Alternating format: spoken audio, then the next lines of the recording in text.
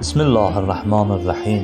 Muharrem ayının ikinci günü Həzrəti İmam Hüseynin və vəfalı səhabələrinin Kərbəla torpağına ayaq basdığı gündür. O tarixi gün haqqın batillə qarşılaşdığı, əhdə vəfanın zirvəyə çatdığı bir başlanğıcdır.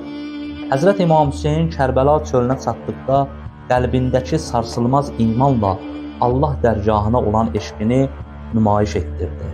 Bu müqəddəs yolda atılan hər bir addım imamın və əshabının Allahla bağladıqları əhdə olan bağlılıqlarını göstərdi. Qur'an-ı Kərimdə buyurulduğu kimi, möminlərdən elələri vardır ki, Allahla bağladıqları əhdə sadiq qaldılar. Kərbəla meydanı dözümün və əyilməz iradənin meydanı idi.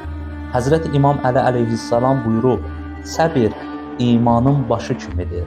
Həzrəti İmam Hüseyn və onun əziz əshabı qarşılarında çətinliklərin, müsibətlərin və qanlı bir şəhadətin olduğunu bilirdilər. Lakin onlar üçün geri dönmək anlayışı yox idi. Çünki onlar səbri imanlarının hərəkət verici qüvvəsinə çevirmişdilər. Muharremin ikisi Kərbəlaya çatmaq, dünyəvi maraqlardan keçib, əbədi dəyərlərə sahiblənməyin nişanəsidir. Həzrət İmam Hüseyn və karvanı bizə göstərdi ki, insan imanına sadiq qaldısa, heç bir çətinlik onu haqq yolundan döndərə bilməz.